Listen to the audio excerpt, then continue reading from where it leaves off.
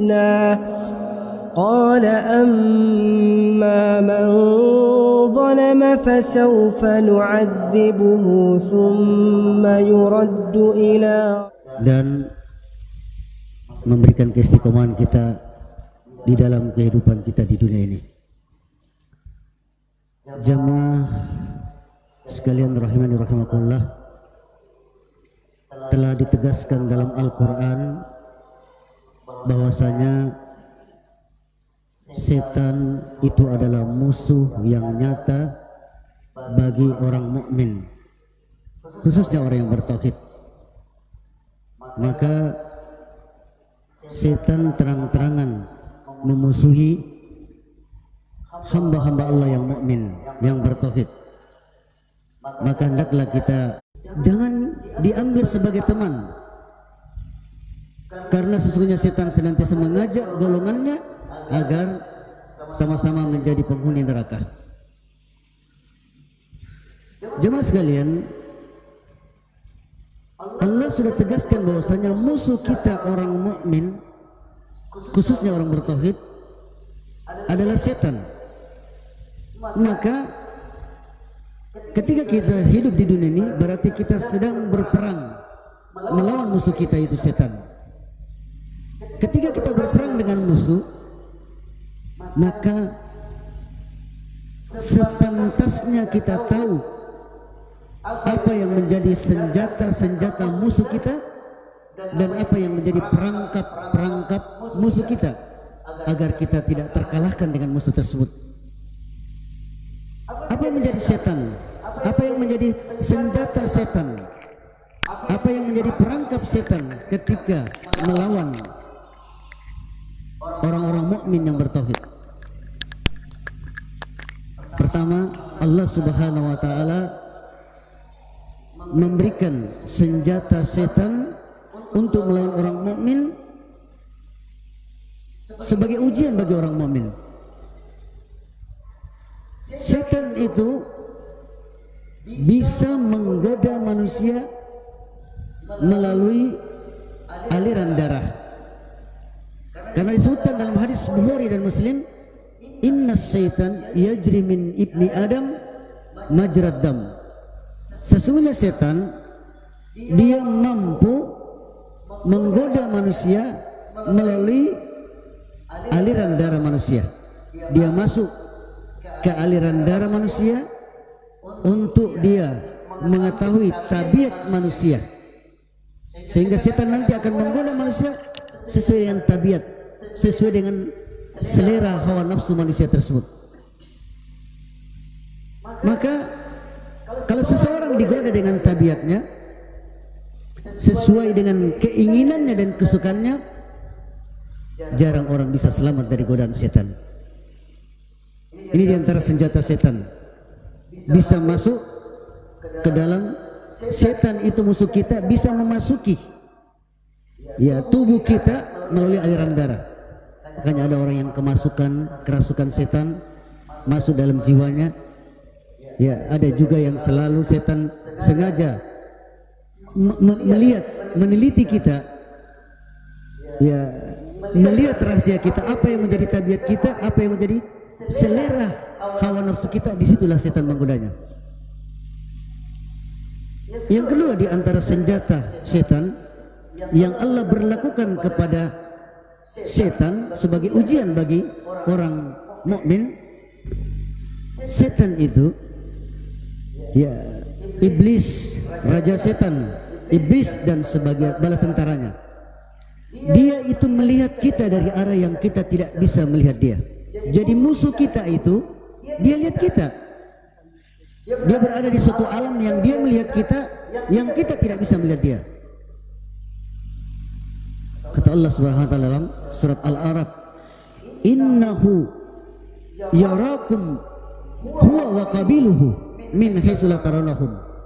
Allah berfirman dalam surat Al-A'raf, sesungguhnya iblis itu dia melihat kalian, min haitsu, dari arah la tarawnahum, yang kamu tidak bisa melihatnya. Jadi musuh kita itu dia melihat kita dari arah yang kita tidak bisa melihatnya. Sehingga seorang ulama terdahulu namanya Mutarrib bin Sahar, dalam kitab Zuhudnya Imam Ahmad disebutkan, beliau mengatakan, tu'jibuna antum mimman khalaqah. Beliau mengatakan bahwasanya mungkin kalian merasa kagum kepada orang yang mungkin kalian bisa heran kepada orang yang celaka, orang yang binasa. Kalian heran melihat ada orang yang celaka. Wa a'jabu ana mimman naja.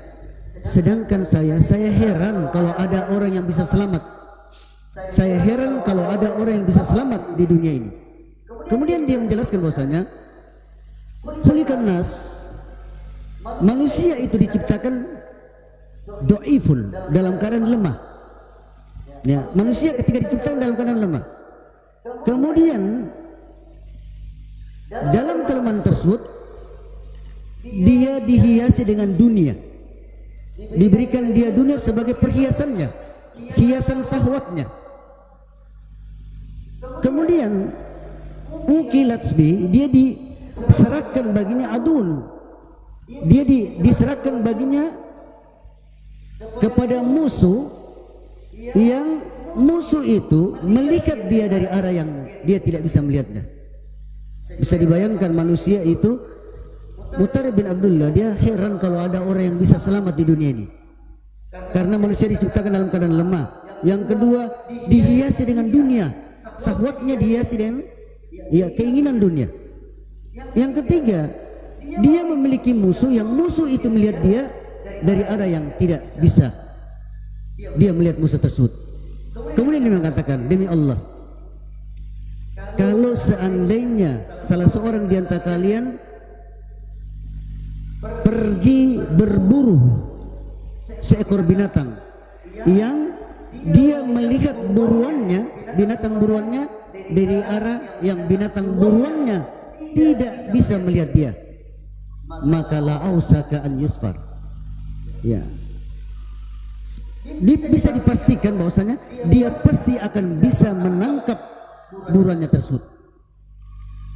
Kata beliau, bagaimana keadaan kalau ada orang yang berburu seekor binatang yang dia melihat binatang buruannya, yang binatang buruan tersebut dia tidak melihat dia.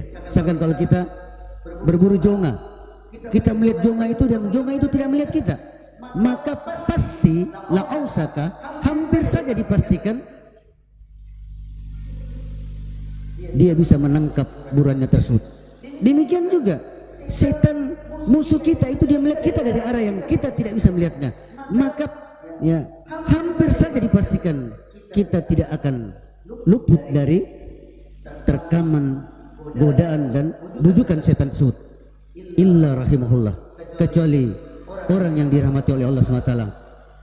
Makanya Allah SWT sebutkan ya dalam Al-Quran, dalam surat An-Nisa ayat 83, laula fadlullahi alaikum wa rahmatuh, kalaulah bukan karunia Allah dan rahmatnya Allah kepada kalian, lattaba'tumus syaitan illa qalila, pasti kalian akan mengikuti langkah setan kecuali hanya sedikit. Kalau bukan rahmat dan karunia Allah yang Allah berikan kepada kita, kita ini sudah mengikuti langkah setan kecuali sedikit saja. Ini Allah sebutkan dalam surat An-Nisa. Ya, karena setan itu memiliki senjata dan perangkap yang sulit orang bisa selamat darinya. Kemudian yang ketiga, di antara perangkap dan senjata setan, setan itu diberikan, iblis, rajanya setan dan kabilanya itu diberikan umur yang panjang, diberikan umur yang panjang sampai hari kiamat. Karena dia pernah meminta kepada Allah, dalam surat Al-A'raf juga disebutkan, iblis pernah meminta kepada Allah, qala anzirni ila yaumi yub'atsun, berikanlah umurku panjang. Ya, kata iblis meminta kepada Allah, panjangkanlah umurku sampai hari dibangkitkan. Maka apa kata Allah dalam surat Al-A'raf? Qala, kata Allah SWT, innaka minal munzirin, kamu termasuk orang yang diberikan, kamu termasuk makhluk yang diberikan umur yang panjang. Jadi iblis itu sejak diciptakannya belum mati sampai sekarang. Iblis dan kabilanya belum mati sekarang, masih hidup sampai sekarang sejak diciptakannya. Sedangkan iblis diciptakan sebelum Nabi Adam, bapak kita. Nabi Adam sudah meninggal, iblis sampai sekarang belum mati, sampai hari kebangkitan diberikan umur yang panjang. Bahkan disebutkan dalam kitab As-Zuhudnya Imam Ahmad, ketika Hasan Al-Basri ditanyakan, ayanamu iblis, apakah iblis itu tidur? Apa jawabannya Hasan Al-Basri? Lau nama lawajadna rahatan. Kalau seandainya iblis itu tidur, maka kita mendapatkan istirahat, waktu istirahat. Menunjukkan bahwasanya iblis di antara sesuatu yang Allah berlakukan kepada dia, dia berumur panjang sampai hari kiamat. Ya, diberikan umur panjang sampai hari kiamat, sampai hari dibangkitkan, maksudnya sampai hari kiamat. Dan selama itu tidak pernah tidur. Apa tugasnya? Satu saja tugasnya, menggoda manusia, membujuk manusia untuk sama-sama menjadi penghuni neraka. Ya, tugasnya hanya satu. Kalau kita, ya, 5 tahun kita meneliti suatu pekerjaan, kita mengkhususkan suatu ilmu, jadi S1, kita sudah ahli dalam bidangnya S1 tersebut. Misalkan bidang S1 kedokteran, kita sudah ahli. S2 kedokteran lebih ahli lagi. S3 kedokteran sudah menjadi ahlinya di bidangnya. 15 tahun dia kuliah sudah menjadi ahli di bidangnya, sudah menjadi profesor, sudah ahli di bidangnya. Bagaimana iblis ribuan tahun dia meneliti, ya, bagaimana cara menggoda manusia. Sudah ribuan tahun tugasnya cuma itu. Berarti dia sangat ahli dalam menggoda, sangat ahli dalam menggoda manusia. Ya, tidak pernah tidur, diberikan umur yang panjang. Tugasnya cuma itu saja, menggoda manusia. Maka dia sangat ahli dalam menggoda manusia. Kalau bukanlah karena rahmat Allah, maka kita pasti akan mengikutinya. Ini Allah sebutkan, kalau bukan karena karunia dan rahmat Allah, la taba'tumus syaitan, kamu pasti akan mengikuti setan. Kemudian yang kelima, di antara senjata setan yang Allah berlakukan kepadanya sebagai ujian bagi manusia, dia itu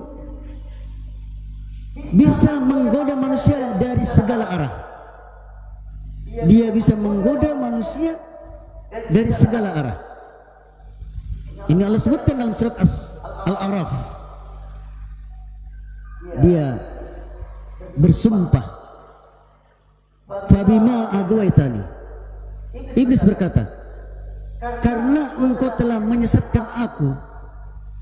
Dia berbicara kepada, karena engkau telah menyesatkan aku, la aqudanna lakum siratakal mustaqim, sungguh saya akan duduk menghalangi manusia dari jalanmu yang lurus. Summa la atiyanna, kemudian saya datangi mereka, mim baini aidihim, dari depan, wa min khalfihim, dari belakang, wa an yaminihim aymanihim, dari sebelah kanan, wa an samailihim, dari sebelah kiri. Kemudian iblis berkata, fala tajidu aksarakum syakirin, maka engkau tidak akan mendapatkan kebanyakan mereka orang yang bersyukur. Dalam tafsir Ibnu Katsir, ketika menyebutkan penafsirannya, ya, disebutkan bahwasanya iblis datang menggoda manusia dari segala arah. Dari arah depan, dia menggoda manusia dari arah depan. Dikatakan kepada manusia, tidak ada hari kebangkitan, tidak ada surga dan tidak ada neraka. Kalau orang yang sudah mati, tidak ada lagi kebangkitan. silakan berbuat dosa, silakan berbuat kekufuran, silakan berbuat syirik. Iblis menggoda manusia dari arah belakang, menghiasi dunia. Iblis menghiasi dunia agar manusia lalai daripada akhirat. Iblis menggoda manusia, datang menggoda manusia dari arah kanan, menghalang-halangi manusia dari jalan kebaikan. Ketika ada manusia melakukan kebaikan, salat, puasa, haji dihalang-halangi, ya, diberikan angan-angan. Begitu juga iblis menggoda manusia dari arah kiri. Disebutkan iblis menggoda manusia dari kiri. Iblis atau setan menghiasi maksiat sebagai kebaikan, menghiasi maksiat sebagai kebaikan sehingga dia melaksanakan maksiat tersebut. Kemudian disebutkan bahwasanya iblis tidak bisa menggoda manusia dari atas. Kenapa Allah tidak mengatakan iblis menggoda, mendatangi manusia dari atas? Depan boleh, belakang boleh, kanan boleh, kiri boleh. Kenapa bukan dari atas? Kenapa tidak bisa menggoda manusia dari? Kenapa Allah tidak sebutkan dari atas? Karena iblis tidak mampu mencegah rahmat Allah SWT yang datang dari atas. Oleh karenanya kata Allah, laula fadlullahi wa rahmatuhu alaikum. Kalau bukan karena karunia Allah dan rahmat Allah yang Allah berikan kepada kalian, latawatumus syaitan, kalian pasti akan mengikuti setan, kecuali kalila, kecuali sedikit. Kenapa setan tidak bisa menggoda dari bawah? Kenapa setan tidak mau menggoda manusia dari bawah? Kenapa? Dulu saja, ya, waktu Allah perintahkan kepada iblis untuk sujud kepada Adam, dia tidak mau. Apalagi setelah dia dilaknat oleh Allah, dia tidak mau merendahkan diri depan Adam, anak Adam, untuk menggoda manusia dari bawah. Jadi dalam kedemikian, jadi hampir dari semua penjuru setan bisa menggoda manusia. Bahkan disebutkan dalam hadis riwayat Muslim, Nabi SAW bersabda, inna syaitan yakhduru ahadakum inda kulli syai'in min sa'nihi. Rasulullah SAW bersabda, sesungguhnya setan senantiasa hadir dalam setiap perkaranya seorang mukmin. Setan senantiasa hadir dalam setiap perkaranya, inda kulli syai'in, dalam setiap sesuatu dari perkaranya orang mukmin.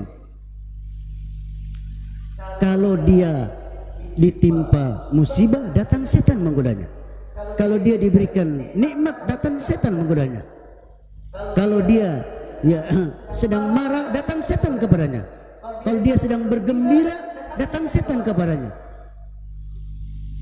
Kalau dia baru lahir, datang setan kepadanya. Kalau dia dalam akhir sakratul mautnya, datang setan kepadanya. Inda kulli syai'in min sa'ni. Setan akan hadir dalam setiap perkara. Kalau dia seorang alim, akan datang setan kepadanya. Kalau dia orang ahli ibadah, akan datang setan kepadanya. Kalau dia seorang yang bodoh, akan datang setan kepadanya. Dari setiap perkara. Ini kata Nabi SAW. Bahkan setan bisa menggoda, ya, bapak kita Adam alaihissalam, seorang nabi, bisa tergoda dengan bisikan dan rayuan, bujukan daripada iblis laknatullah. Padahal ketika itu Nabi Adam alaihissalam tinggal di mana? Di surga, penuh dengan kenikmatan. Tinggal di surga penuh dengan kenikmatan. Kata Allah SWT, kulu, makanlah, raga dan haisis utuma, makanlah yang ada dalam surga ini, ya, dengan enak, apa saja yang kamu sukai, kecuali satu buah pohon jangan dekati. Bapak kita Adam alaihissalam, seorang nabi, sudah di surga, tapi bisa juga tergoda. Apalagi kita ini tinggal di dunia, bukan di surga. Apalagi kita ini anak cucunya, maka lebih mudah lagi kita tergoda. Kita juga bukan nabi, maka lebih mudah lagi kita tergoda. Tidak ada yang bisa selamat kecuali rahmat Allah Subhanahu wa taala. Dalam sebuah hadis riwayat Bukhari dan Muslim, Rasulullah SAW bersabda, "Ma min ibni Adam, ma min bani Adam mauludun illa yamassahu syaitan hina yuladu." tidak seorang pun anak Adam yang lahir kecuali setan akan menyentuh dia ketika dia lahir. Fayastakillu sarikan, maka dia anak Adam yang baru lahir tersebut dia berteriak, menangis. Ketika anak-anak baru lahir itu dia menangis. Kenapa dia menangis? Min masih setan, karena tusukan, sentuhan tusukan setan kepadanya. Illa Maryam wa ibniha, kecuali Maryam dan anaknya yaitu Nabi Isa di antara keutamaannya tidak menangis waktu lahir karena setan tidak menyentuhnya. Jadi kita baru tahu ternyata Nabi mengatakan dalam hadis Bukhari dan Muslim, anak-anak menangis ketika baru lahir itu karena tusukan setan. Jadi sejak lahir anak Adam itu sudah diganggu oleh setan, ditusuk, ya, disentuh oleh setan sejak lahir sampai dia hidup, sampai di akhir kematiannya. Maka disebutkan dalam satu riwayat, inna setan akrabu min ibni Adam inda salika masra, sesungguhnya setan itu lebih dekat lagi menggoda anak Adam inda kulli masra, ketika anak Adam dalam keadaan sakratul mautnya. Makanya ada sebuah kisah Imam Ahmad, imam yang terkenal, salah satu imam mazhab. Beliau ketika di akhir hidupnya sakratul mautnya, setelah pingsan menahan sakratul maut, kemudian dia sadar, kemudian dia mengatakan la bait, tidak, menjauh. Kemudian ketika dia sadar, maka anaknya menanyakan kepadanya, wahai bapakku, tadi engkau mengatakan tidak, menjauh. Apa kata bapaknya? Wahai anakku, tadi datang iblis, ya, datang iblis kepadaku mengatakan bahwasanya, wahai Ahmad, engkau telah bebas fatani, engkau telah terlewatkan dariku, engkau telah bebas dari bujukanku. Kata Imam Ahmad, tidak, menjauh. Jadi seseorang itu tetap dibujuk oleh setan, diraih oleh setan, apalagi dalam keadaan sakratul mautnya sampai dia meninggal dunia. Maka jangan kita merasa aman dari godaan. Jangan kita merasa aman dari godaan, karena sesungguhnya amalan seseorang itu yang dinilai nanti di penghabisannya. Innamal a'malu bil khawatim. Sesungguhnya amal seseorang itu dilihat dari penghabisan hidupnya, umur terakhir hidupnya. Kalau dia melakukan amal saleh, maka dia termasuk ahli surga. Kalau dia melakukan amal keburukan, maka dia termasuk ahli neraka. Ini senjata setan, ya, yang diberikan oleh setan sebagai ujian bagi manusia. Inilah senjata musuh kita, ya. Kita hanya dibekali iman, kita hanya dijanjikan surga yang kita belum lihat, sementara, ya, musuh kita sudah nyata dengan senjata-senjatanya. Kalau bukan karena rahmat Allah, pasti kita sudah akan mengikuti setan. Kemudian bagaimana tahapan setan dalam menggoda manusia? Al-Imam Ibnu Qayyim dalam kitabnya Badail Fawaid, beliau mengatakan ada 6 tingkatan setan dalam menggoda manusia. Ya. Ada 6 tingkatan setan dalam menggoda manusia. Yang pertama, setan datang kepada manusia untuk menggoda agar imannya rusak, berbuat syirik kepada Allah SWT. Dosa besar yang paling besar adalah syirik. Ini pertama kali. Makanya Nabi atau para Nabi diutus ke muka bumi ini mengingatkan tentang dosa syirik, mengingatkan tentang dosa syirik, karena ini adalah dosa yang paling besar. Setan menggoda manusia demikian. Kalau seseorang mukmin yang bertauhid, dia tidak berbuat syirik, dia tahu bahwasanya ada perbuatan yang tidak boleh dan dosa besar, maka dia turun kepada tahap yang kedua, menggoda manusia untuk melakukan perbuatan bid'ah.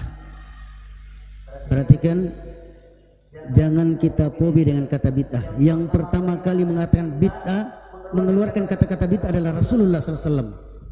Dalam hadis riwayat Abu Daud disebutkan bahwasanya Rasulullah SAW ketika berkhutbah, baik khutbah hajah, khutbah nikah, khutbah Jumat dan yang lainnya, selalu mengatakan wa iyyakum wa muhdatsatil umur. Berhati-hatilah kalian dalam perkara yang baru dalam agama. Fa inna kulla muhdatsatin bid'ah. Sesungguhnya perkara yang baru dalam agama termasuk kebid'ahan. Termasuk deretan dosa besar. Makanya dalam kitab Abu Nuaim dalam kitabnya Hilya Aulia menukil perkataan Sufyan As-Tsauri. Beliau berkata, al-bid'atu ahabbu ila syaitan minal maksiat. Bid'ah itu lebih dicintai oleh setan daripada perbuatan maksiat. Kenapa? Kata beliau, al-maksiatu yutubu minha. Orang yang berbuat maksiat, misalkan dia mencuri, minum khamar, berzina, dia itu tahu bahwasanya dia berbuat salah. Kemungkinan besar dia akan bertobat kepada Allah dari kesalahannya. Tapi wal bid'atu la yutabu minha. Orang kebid'ahan itu sulit bertobat. Kenapa? Karena orang yang berbuat bid'ah, dia sangka dia telah berbuat baik, padahal dia telah meruntuhkan dari satu konsekuensi dari syariat Muhammadur Rasulullah. Di antara konsekuensinya kita tidak beribadah kepada Allah kecuali dengan syariat yang dituntunkan oleh Rasulullah SAW. Karena kita sudah mengaku Muhammad adalah utusan Allah, berarti Allah mengutus Muhammad SAW untuk mengajarkan kita cara beribadah. Berarti di antara konsekuensinya kita tidak boleh beribadah kecuali dengan tuntutan Rasulullah SAW. Yang ketiga, kata Ibnu Qayyim, kalau juga manusia tidak bisa digoda dengan perbuatan bidah, dia turun kepada yang ketiga, berbuat dosa besar, mencuri, berzina, minum khamar. Kalau seorang mukmin juga tidak bisa digoda dengan ini, maka dia turun lagi kepada tahap yang keempat, menggoda manusia kepada dosa-dosa kecil. Tidak apa-apa, itu kan dosa-dosa kecil, bisa dihapuskan dosa kecil dengan kalau kita sholat, kita puasa, tidak apa-apa dosa kecil. Ya, memandang wanita yang bukan mahram, dosa kecil, tidak apa-apa. Ya, nanti kita dengan sholat terhapus semuanya. Kalau yang keempat ini tidak bisa juga, maka dia turun kepada tahap yang kelima, menggoda manusia untuk sibuk dengan perbuatan mubah, sehingga dengan waktunya tersebut terlalaikan dari perbuatan yang bermanfaat. Seperti menggoda manusia sibuk dengan olahraga, tiada hari tanpa olahraga, pagi olahraga, malam olahraga terus, setiap hari ada semboyannya, tiada hari tanpa olahraga. Di dalam tubuh yang sehat terdapat jiwa yang sehat. Semboyan-semboyan yang menggoda. Atau sibuk dengan rekreasi, tidak ada gunung kecuali dia sudah pergi, tidak ada pulau kecuali sudah pergi, tidak ada pantai kecuali dia sudah pergi setiap hari. Atau sibuk dengan nonton bola, nonton olahraga, sibuk dengan apa dan lain sebagainya. Atau sibuk dengan main catur, perbuatan-perbuatan mubah yang sehingga dia melupakan dari melakukan Allah. Ini godaan setan. Kalau tidak bisa, tahap yang keenam, tahap yang terakhir kata Ibnu Qayyim, menggoda manusia untuk sibuk dengan perbuatan yang afdol tetapi melupakan perbuatan yang lebih afdol. Misalkan menggoda manusia untuk sibuk dengan amalan-amalan sunnah, tapi tiba giliran amalan yang wajib diterlalaikan. Salat malam semalam suntuk, sampai salat subuh ketiduran. Ya. Membaca Al-Quran, yang penting membaca, tajwidnya tidak perhatikan, makna-maknanya tidak perhatikan. Padahal kalau dia membaca dengan tajwid dan maknanya, atau salat wajib tapi di rumah, tidak di masjid, ini termasuk godaan. Kalau seorang selalu salat wajibnya di rumah, tidak pernah ke masjid, ya, maka itu termasuk godaan setan dalam tahap yang keenam. Ya. Kemudian yang terakhir, godaan setan ini semua, ya, meskipun orang soleh, orang yang bertauhid mengalaminya. Ini godaan setan. Menggoda, kalau 6 tahap ini tidak bisa digoda, maka dia menggoda manusia yang ada di sekitarnya. Jangan kau ikuti fulan itu, jangan kau ikuti agamanya sesat. Ya. Jangan kau ikuti si fulan itu, kalau kau ikuti duniamu akan terbengkalai, cita-citamu akan hancur, teman-temanmu akan meninggalkanmu. Lihat saja pakaiannya, lihat saja jenggotnya, jangan kau ikuti. Apalagi pemahamannya sesat. Diajak semua manusia untuk jangan mengikuti dia, menjauhi dia. Itu godaan. Ini para nabi. Nabi kita SAW ketika beliau berdakwah, dibujuk semua kaumnya supaya meninggalkan dia, dibujuk semua kaumnya supaya memusuhi dia. Dikatakan dia adalah orang gila, penyihir, sesat. Demikianlah godaan setan kepada manusia, tidak akan pernah berhenti. Ya, tidak akan bisa lolos kecuali orang yang dirahmati oleh Allah Subhanahu wa taala. Jemaah sekalian, oleh karenanya penting sekali bagi kita untuk kita mengetahui bagaimana cara agar kita selamat. Apa yang menjadi senjata kita juga, apa yang menjadi benteng kita agar selamat dari setan. Ya, Allah juga memberikan benteng kepada kita manusia.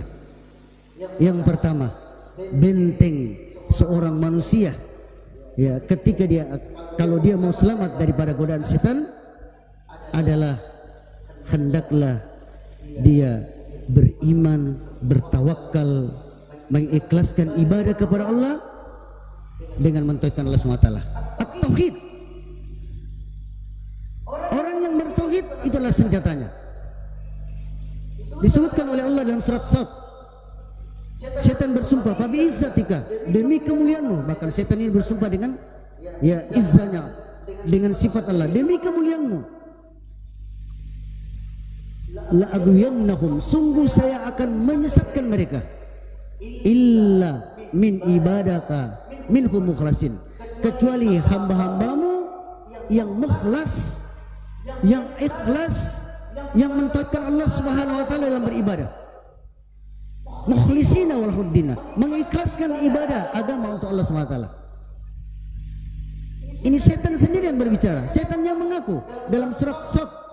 Dia mengaku sendiri, dia bersumpah, demi kemuliaan ya Allah, sungguh saya akan menyesatkan mereka, illa, kecuali min ibadaka minhum mukhlasin, kecuali orang yang ikhlas beribadah mentauhidkan Allah SWT. Dalam surat An-Nahl Allah juga sebutkan perkuat, innahu laisa lahu sultanuhu 'alal ladzina amanu wa 'ala rabbihim yatawakkalun. Allah berfirman dalam surat An-Nahl, sesungguhnya setan laisa lahu sultanu, tidak punya sultan, tidak punya kekuasaan kepada siapa? 'Alal ladzina amanu, orang yang beriman mentauhidkan Allah SWT, wa 'ala rabbihim yatawakkalun, dan orang yang senantiasa bertawakal kepada Allah SWT. Innama sultanuhu, sesungguhnya setan itu kekuasaannya ala ladzina tawallahum, kepada orang-orang yang menjadikan setan sebagai penolongnya. Kalau kita jadikan setan sebagai penolong kita, kita selalu meminta kepada setan, kita bernasar, menyembelih korban untuk setan, inilah orang yang dikuasai oleh setan, kata Allah SWT dalam surat An-Nahl. Wallazina hum bihi musyrikun, dan orang-orang yang selalu musyrik, orang-orang yang selalu berbuat syirik kepada Allah SWT, inilah orang yang dikuasai oleh setan. Oleh karenanya dua ayat tadi menyebutkan bahwasanya setan tidak mampu menguasai orang yang beriman, yang mentauhidkan Allah Subhanahu wa taala, bertawakal kepada Allah Subhanahu wa taala, mengikhlaskan ibadah kepada Allah Subhanahu wa taala. Maka berusahalah kita mempelajari tauhid, mengamalkannya, menjauhkan perbuatan syirik, agar setan tidak mampu menguasai kita. Bahkan ya, orang mukmin yang bertauhid dia yang akan menguasai setan. Sebagaimana kemarin kita sebutkan tentang kisah Khalid bin Walid, dia membunuh setan dari kalangan jin, ya, di berhala Uzza. Kemudian yang kedua, senjata kita dalam menghadapi musuh kita adalah hendaknya kita senantiasa membaca Al-Quran. Kita senantiasa membaca Al-Quran. Disebutkan dalam hadis Bukhari, Nabi sallallahu alaihi wasallam bersabda, inna syaitan, ya, apa, la taj'alu buyutakum makabir, jangan jadikan rumah-rumah kalian seperti kuburan.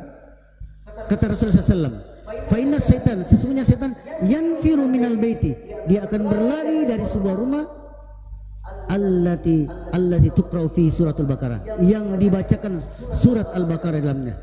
Oleh karenanya kalau kita senantiasa membaca surat Al-Baqarah di rumah dan surat-surat yang lainnya, maka setan tidak akan mampu mendekati orang tersebut. Setan akan lari, tidak tenang, tidak akan tinggal di rumah yang selalu dibacakan surat Al-Baqarah di dalamnya. Siapa yang berkata? Nabi kita SAW. Bahkan dalam sebuah hadis riwayat Bukhari, Nabi SAW pernah bersabda, "Man qara'a ayatal kursi lailatan." Siapa yang membaca ayat kursi di malam hari, lam yazal alaihi hafizun minallah, senantiasa ada penjagaan dari Allah. Wala yaqrabus syaitan, dan setan tidak akan mendekatinya hatta yusbiha, sampai subuh hari. Setan tidak akan mendekatinya, la yaqrabus syaitan, setan tidak akan mendekatinya sampai subuh hari ketika dia baca di malam hari. Kenapa? Karena ada hafiz minallah, ada penjagaan dari Allah Subhanahu wa taala. Membaca Al-Qur'an ya, untuk sebagai senjata kita untuk mengusir setan. Kemudian yang ketiga di antara senjata kita memperbanyak zikir-zikir yang Allah syariatkan kepada kita ya, untuk kita ya terhindar dari setan. Kita memohon perlindungan dari setan, berdoa kepada Allah. Fa'iza qara'tal Qur'an, ketika kita membaca Al-Qur'an, fasta'idz billahi minasyaitonir rajim, memohonlah kepada Allah dari setan yang dirajam. Auzubillahi minasyaitonir rajim. Ketika kita sedang marah, kita diperintahkan untuk mohon ampun kepada meminta perlindungan. Auzubillahi minasyaitonir rajim min hamsi wa nafi wa nafi. Ketika kita sedang digoda, misalkan kita salat banyak ingatan tergoda, maka kita disuruh meniup ke sebelah kiri 3 kali. Kemudian kita membaca auzubillahi minasyaitonir rajim min hamsi wa nafi. Ketika kita masuk kamar mandi, kita disuruh memohon perlindungan kepada Allah. Bismillah, Allahumma inni a'udzubika minal khaba'is wal khubus. Ya Allah, aku berlindung kepadamu dari setan laki-laki dan setan perempuan. Ketika kita ya, ingin berhubungan badan dengan istri, disuruh berlindung kepada Allah dari setan. Bismillah, Allahumma jannibna syaitan wa jannibis syaitan mimma razaqtana. Bismillah, ya Allah, aku berlindung kepadamu daripada setan. Lindungilah kami dari setan, lindungilah kami berdua suami istri dari setan, dan lindungilah apa yang engkau kurniakan dari anak kami daripada setan. Ketika kita keluar dari masjid, kita mengatakan Bismillah, Allahumma inni as'aluka min falika, Allahumma asimni minasyaitonir rajim. Ya Allah, aku memohon kepadamu karuniamu dan aku meminta perlindungan kepadamu dari setan. Ketika kita masuk rumah, ketika kita keluar rumah, ini adalah benteng-benteng kita. Dalam sebuah hadis disebutkan Rasulullah SAW pernah bersabda, Iza kharaja rajulu min baiti faqala bismillah tawakkaltu 'alallahi wala haula wala quwwata illa billah. Ketika seseorang keluar dari rumahnya, dia mengucapkan Bismillah tawakkaltu 'alallahi wala haula wala quwwata illa billah, yuqalu lahu, dikatakan kepadanya, faqad kufita wa hudita wa wukita, sungguh engkau telah diberikan hidayah, dijaga dan dicukupkan. Ketika demikian, dia telah mengucapkan di keluar rumah, orang itu telah diberikan hidayah, dicukupkan, dijaga oleh Allah. Setan ya bertemu dengan setan yang lain, dia ingin menggoda lelaki tersebut yang membaca bismillah, maka kata setan kepadanya, kaifa laka birajulin, bagaimana engkau bisa menggoda seseorang, faqad kufiya wa hudiya wa wukiya, orang itu telah dicukupkan oleh Allah, telah diberikan hidayah oleh Allah, dan telah dijaga oleh Allah SWT. Bismillah tawakkaltu 'alallahi wala haula wala quwwata illa billah. Setan tidak mampu menggoda orang tersebut.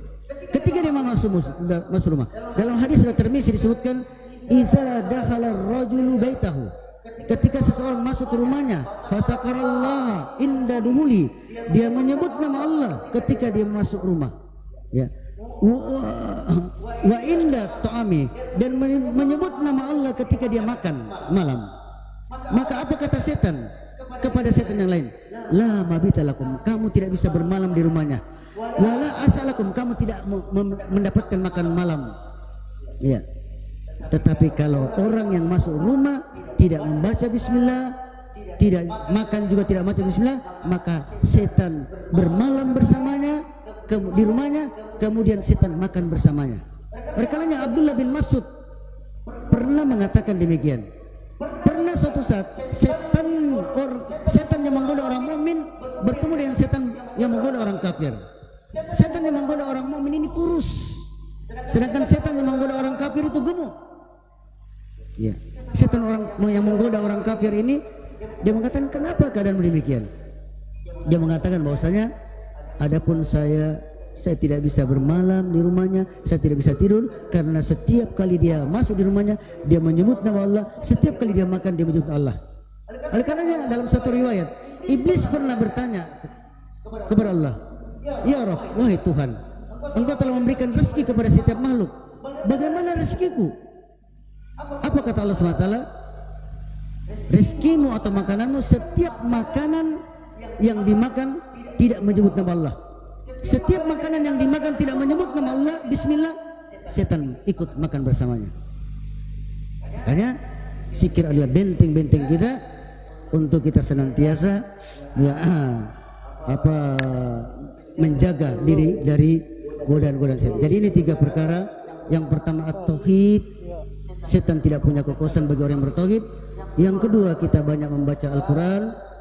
Yang ketiga, kita berzikir dengan zikir-zikir yang Allah syariatkan kepada kita.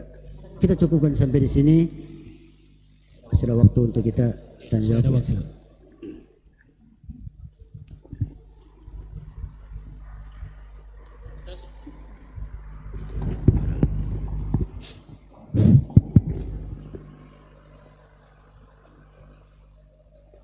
Barakallahu fikum, Ustaz, atas materinya pada malam hari ini, dan kemudian kami persilakan kepada jemaah yang ingin bertanya tentang materi yang telah disampaikan oleh Ustaz bisa melalui WhatsApp, mic atau secari kertas.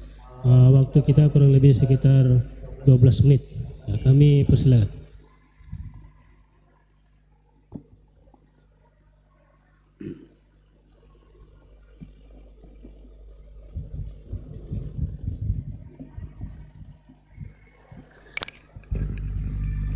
Assalamualaikum warahmatullahi wabarakatuh.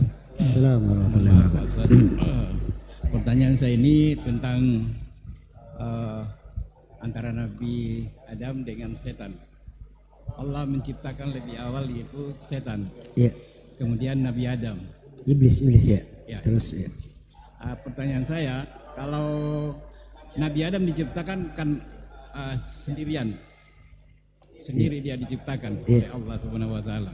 Kemudian kalau setan berapa banyak dia ciptakan Allah? Ya, itu yang pertama. Kemudian yang kedua, masih ada. Apakah setan itu berkembang biak atau dengan cara bagaimana berkembang biak kalau dia berkembang biak? Ya, itu yang pertama. Kemudian yang kedua, tadi penjelasan Pak Ustadz tentang iblis menggoda manusia dari 4 arah, kanan, kiri, belakang, depan. Kemudian iblis tidak sanggup menggoda dari arah bawah. Itu sudah dijelaskan, tapi yang tadi belum dijelaskan dari atas. Mohon penjelasannya Pak Ustaz. Terima kasih.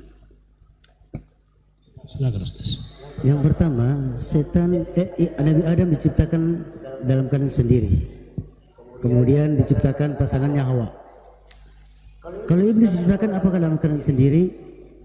Ya, juga demikian karena disebutkan dalam bentuk mufrad. Iblis mufrad artinya tunggal, bukan abalis. Ya, mufrad tunggal, berarti dia ciptakan dalam tunggal. Jadi hulikal malaikatu min nur, malaikat diciptakan dari nur. Ya, hulikal jan min marijin minan nar, diciptakanlah jin dari neraka. Jadi iblis ini adalah termasuk bangsa jin. Disebutkan dalam surat Al-Kahfi, wa isqala lil malaikati isjudu li adama fasajadu illa iblis fakana minal jinni. Semua bersujud kepada Adam kecuali iblis. Fakana minal jinni, dia termasuk bangsa jin. Jadi Adam bangsa manusia, iblis bangsa jin. Jadi diciptakan iblis itu dalam keadaan sendiri, kemudian beranak pinak. Kita tidak tahu siapa istrinya, yang penting beranak pinak. Kalau Adam dijelaskan ada istrinya Hawa beranak pinak. Ya, jadi Allah bisa tentang masalah itu. Tadi kita sudah jelaskan bahwasanya iblis tidak bisa menggoda dari atas. Kenapa? Karena iblis tidak bisa membendung rahmat Allah yang turun dari atas. Ini disebutkan dalam tafsir Ibnu Katsir. Iblis, kenapa tidak disebutkan iblis menggoda manusia dari atas? Karena dia tidak bisa membendung rahmat Allah SWT yang datangnya dari atas. Allah alam bisawab. Sudah? Ya, kembali kami persilakan pada jamaah. Ya, silakan Pak Sarawak. Baik, sila.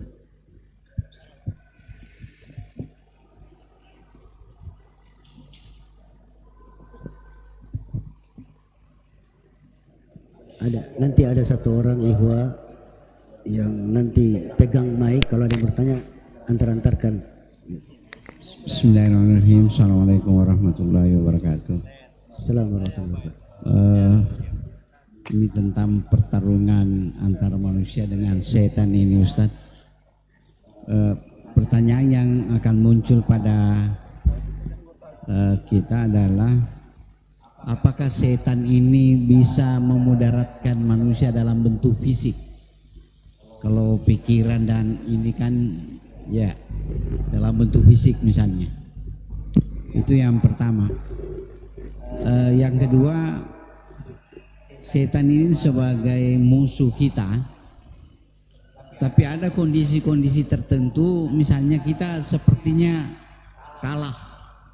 Misalnya kita berada dalam keadaan sendirian di tempat-tempat yang gelap, misalnya di tempat-tempat yang angker dan seterusnya.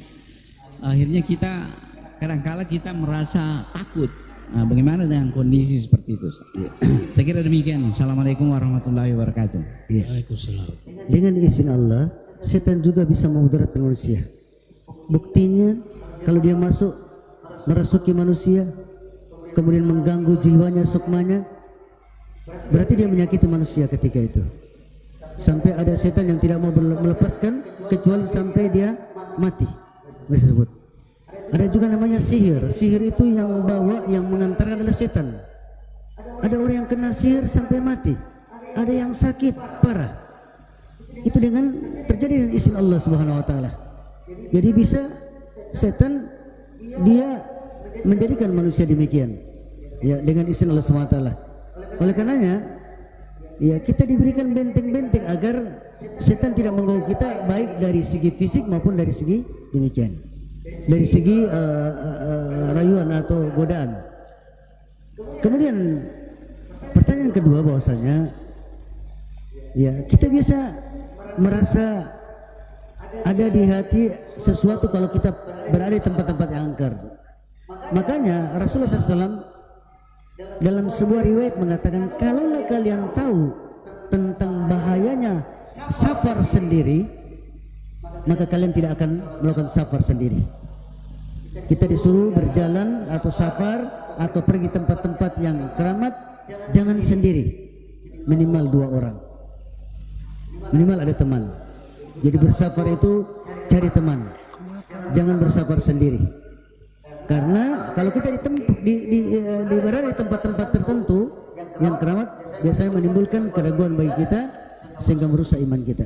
Tapi kalau ada teman, biar 1 orang, maka kita lebih merasa lebih baik. Disebutkan ayat, kalau kita tahu tentang bahayanya safar sendiri, kita tidak akan melakukan safar kecuali kita punya teman. Jadi betul yang dikatakan bahwasanya terkadang atau kebanyakan di antara kita ada sesuatu perasaan kalau kita tiba di tempat-tempat yang dianggap keramat. Fadal yang lain. Ya, kami persilakan. Silakan mic di oper kepada masa Pak Prof yang antum itu saya kasih bilang, ada ikhwan yang pegang mic. Kalau dia di tempat orang bertanya dia tunggu sampai selesai baru dia ini ya. Silakan. Assalamualaikum Ustaz. Ya, Assalamualaikum. Tadi kan dijelaskan bahwa setan itu bisa melihat kita dari tempat yang kita tidak bisa melihat dia. Terus misalnya sering kita dengar kejadian bahwa ada orang yang sering melihat, bahkan ada orang yang punya kemampuan khusus yang disebut biasa kita kenal dengan orang indigo. Itu biasa menjelaskan bahwa ada wujud yang biasa dia lihat gitu Ustaz.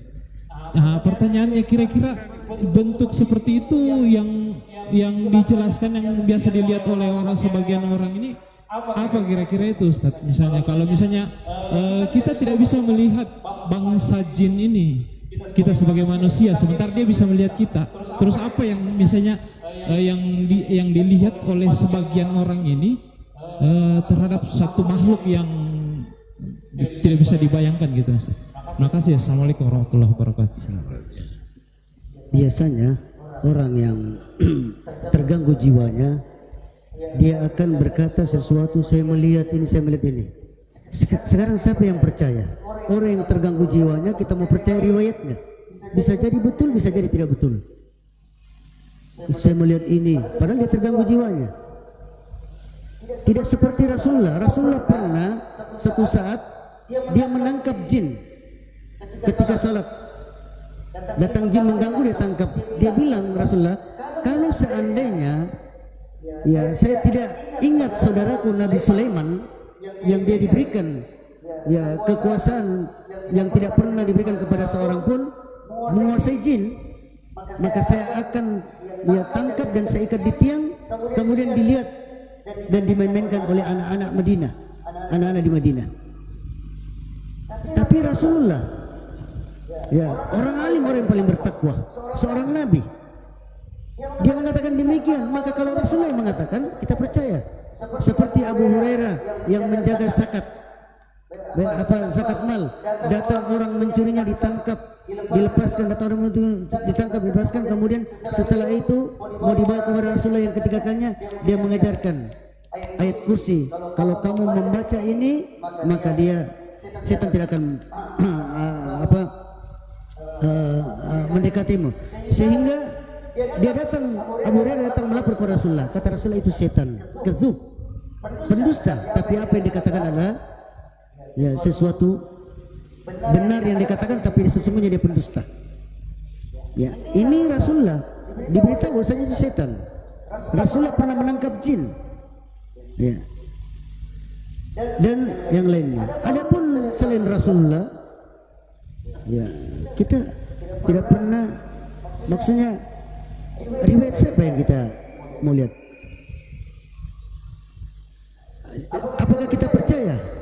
Jadi jangan terlalu percaya kalau ada orang yang seperti indigo dia melihat makhluk halus, itu kata dia.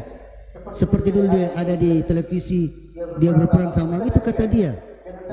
Jangan dipercaya karena itu makhluk gaib yang kita tidak tahu kecuali ada dalil. Kalau Rasulullah yang berbicara baru kita percaya. Wallahu a'lam. Wallahu a'lam bishawab. Satu orang lagi mungkin. Oh ya, paling ujung. Ya begitu. Pertanyaan terakhir. Barakallahu fikum. Pertanyaan terakhir dari teman-teman ini. Barangkali setan itu terdiri daripada jin dan manusia. Ya, jin dan manusia. Pertanyaannya, mana yang lebih berbahaya,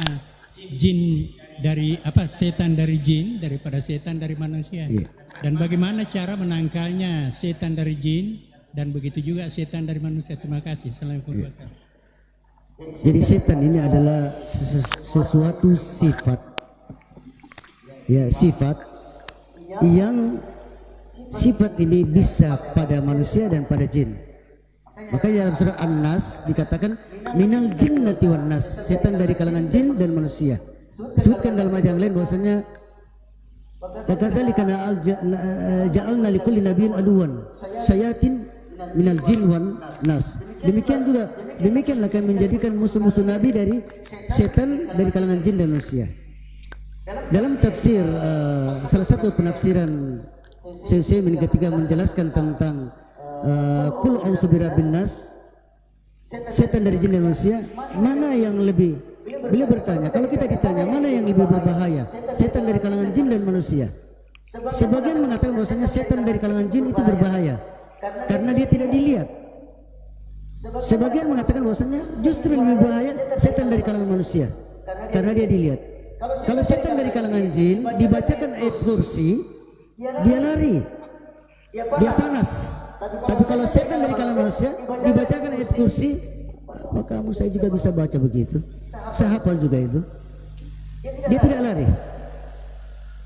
Jadi kulihal dua kalangan ini, kalau ada sifat setan pada dirinya, ya kalau dari kalangan manusia kita dengan ilmu kita bisa berhindar. Dari kalangan jin ya kita membaca Al-Quran, berzikir, kita bisa menghindar. Alhamdulillah masing-masing ya punya bahaya pakai. Kita tidak bisa menentukan mana yang lebih bahaya.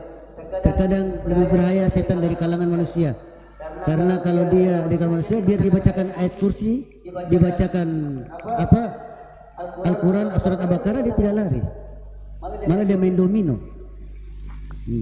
Tapi kalau setan dari kalangan jin dibacakan ayat kursi, bacakan Al-Baqarah, dia panas, dia seperti terbakar, dia akan lari.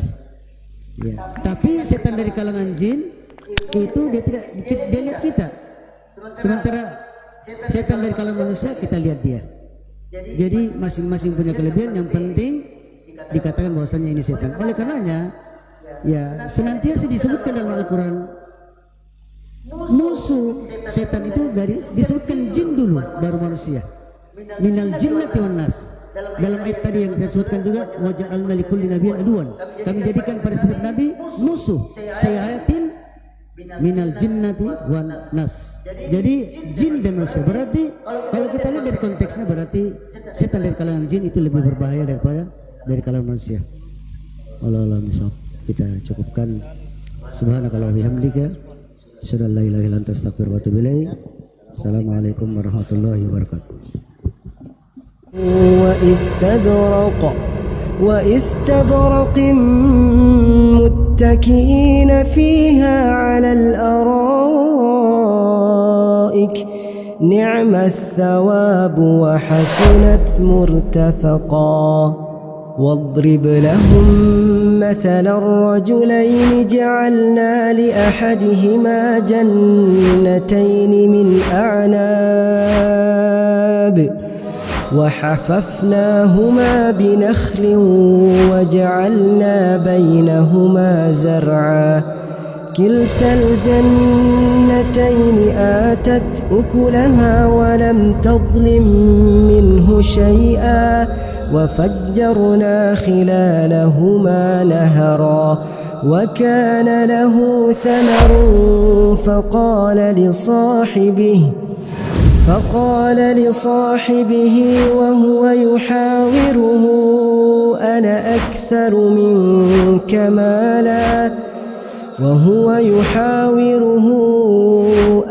أكثر منك مالا وأعز نفرا ودخل جنته وهو ظالم